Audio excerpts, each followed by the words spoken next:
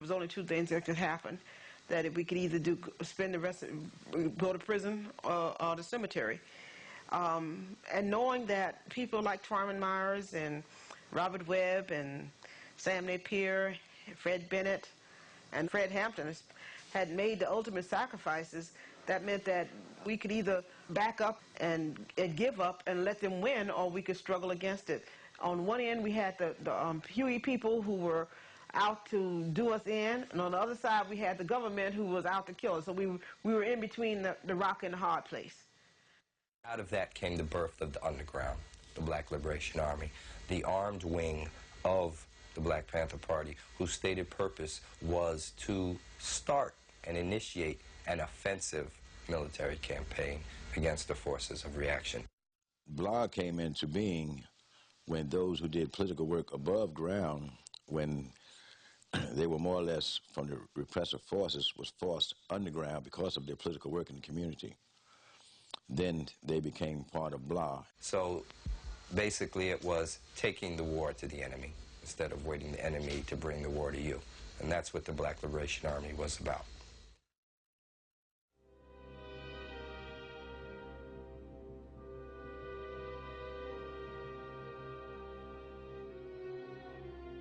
The public at large has a hard time understanding how often innocent people are wrongly convicted.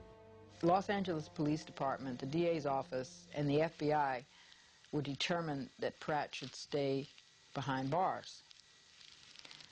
And so they tried to find some other case to bring against him. And they finally decided on an unsolved murder case called the tennis court murder that came out of Santa Monica, and charged him with this on the basis of some shenanigans involving FBI informant named Julio Butler. Julius Butler said at Pratt's trial he was not an FBI informant.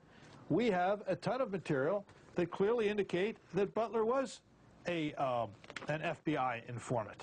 As an example, here we have an FBI Federal Bureau of Investigation, August 19th, 1969, and all the information he was giving the FBI during that interview. Of course, the FBI is going to place itself in a position of being able to deny whatever happens, just the way they're denying that Julius Butler was an informant. Butler said that he has written a letter containing information relating to an involvement of BP members in an affair that could put them in a gas chamber. I mean, they had an informant file, and Butler was contacted about 3 dozen times, but they said, well, he's not an informant. Butler said that he was expelled from the BPP in August of 1969. At Pratt's trial, he said he was not expelled, that he quit. Now, according to FBI's own records, their own telephone tap, they later realized that Geronimo Pratt was in Oakland at the time of the tennis court murder. The ballistics person came in and testified that the bullet taken from the victim did not match ballistically the barrel of the gun. Well, the way they got around that was they had Julius Butler, as part of his confession, tell the jury that not only did Pratt confess the crime to me, that he did it, but he also told me that he threw the barrel of the gun away. So that took care of that. The counterintelligence program had successfully divided the Black Panther Party into two opposing groups, and the Newton group had barred any members of its group from having anything to do, speaking on the phone, talking to, and definitely not testifying in trial of the other group. Geronimo Pratt had been expelled. He was in the other group. And so almost all the people who had attended these staff meetings in which he was present, in which I was present, were unable, upon pain of being expelled from the Panther Party, to testify. This murder in Geronimo's case clearly was not Geronimo.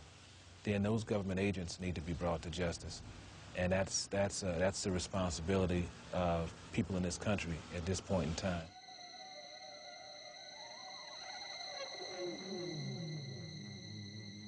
The FBI is considering an attempt to try to smash the Black Panther Party. They stopped actually attacking us. Didn't mean they didn't have no covert crap going on. Infiltration of cocaine into the Black Panther Party, its leadership, Huey P. Newton being the main target. And every once in a while I say, Hugh, why are you snorting this cocaine? This ain't the thing. Now, I don't say this because I'm trying to destroy Huey's character. What I'm trying to tell people is you have to learn to know the whole truth. I had clear impression that chemical warfare would be utilized against the Black Panther Party. We had taken a position in our rules against anyone shooting heroin and narcotics found would be immediately dismissed from the Black Panther Party because we essentially were anti-drug in our operations. I'd say in my analysis and reflection and research that there were mind control operations run against the Black Panther Party, as well as a lot of other operations, psychological warfare programs. And when I say chemical warfare, I'm talking about chemical substances like alcohol and cocaine. MKUltra was what you might call a research program by the CIA to determine if psychotropic drugs, mind-altering drugs, might be used for intelligence purposes, either for chemical warfare, for the interrogation of intelligence assets, or the neutralization of targets. See, you have to remember, if you read some of the COINTELPRO documents, they had a psychological profile on Huey, on me, on Eldridge. They knew they could use Huey, and they knew that they could trick Eldridge into a certain level of thinking. So, they developed this over a period of time. Now, here we got a situation where you got some party members that talk to me that they believe Huey got duped in to, on a small scale level, methodologically destroying the party. And the party basically went from a people's organization to Huey's private army. That's basically what happened. It was agreed that I would run for mayor of Oakland, and then Huey insisted that Elaine Brown had to run for city councilwoman at large. We lose the goddamn campaign. And then I found out late May 1974, that Huey was trying to take over the drug trade in Oakland, California. So I said, Huey, the party is over. The committee will resolve itself into executive session. The room will be cleared and swept. No director of the National Security Agency has ever before been required by Congress to testify in open session. There is a great deal about the best intelligence service in the world that we would be proud to tell, to bring into perspective what we have had to say recently about the missteps or misdeeds of the past. I believe that I could go back over my experiences in the Justice Department and find some areas in which the Bureau is not fully accountable to me. Yes, Senator. William C. Sullivan, who retired as the FBI's chief investigator 6 years ago after a falling out with J. Edgar Hoover, was killed in a deer hunting accident in New Hampshire today.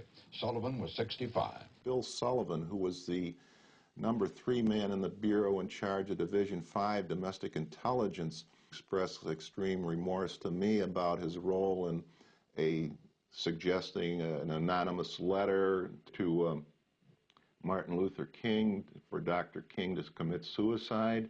A week before he was going to be called upon to testify before the House Committee on Assassinations, he was out in a pasture near his New Hampshire home, and he was mistaken, supposedly, for a deer by a young man out hunting, and was killed. I understand from the news media that the son was an experienced hunter, and I don't know how an experienced hunter could mistake a man who's dressed in a red plaid jacket for the head of a deer.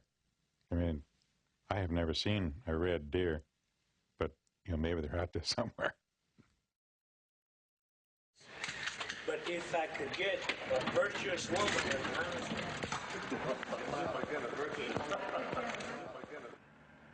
Who's the boss? Well, in a human society, there aren't really any bosses, but who is the real leader and who is the person whose words are most meaningful to the party as a whole, there isn't any question about it. I mean, it always, that Huey is that person.